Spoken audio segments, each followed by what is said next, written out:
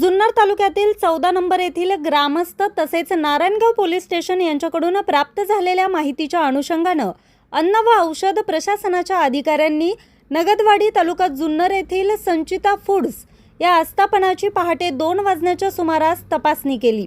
सदर कारवाई दरम्यान अन्न सुरक्षा अधिकारी संतोष सावंत, श्रीमती स्वाती म्हस्के, लक्ष्मीकांत सावळे, अभिजित झोडगे यांच्या पथकानं पाहणी केली असता संबंधित ठिकाणी कुल्फी या अन्नपदार्थांचं उत्पादन केलं जात असल्याचं आढळून आलं।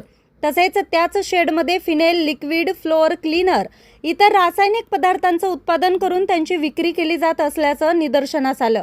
अन्न सुरक्षा व मानके कायद्यानुसार अन्नपदार्थांचं उत्पादन हे रासायनिक पदार्थांच्या उत्पादनापासून पूर्णपणे वेगळ्या व सुरक्षित जागेत करणं आवश्यक आहे। मात्र तपासणी दरम्यान या मूलभूत निकषांचं पालन करण्यात आलं नसल्याचं तसेच उत्पादन परिसरात आवश्यक स्वच्छता विषयक मानकांचं पालन होत नसल्याचं आढळून आलं। या कारवाई दरम्यान मलाई कुल्फीचे 2 नमुने पुढील विश्लेषणासाठी अधिकृत प्रयोगशाळेत घेण्यात आले आहे। तसेच उर्वरित 47.85 किलो मलाई कुल्फीचा साठा किंमत ₹19,140 हा मानवी आरोग्याच्या दृष्टीनं संभाव्य धोका लक्षात घेऊन नष्ट करण्यात आलाय।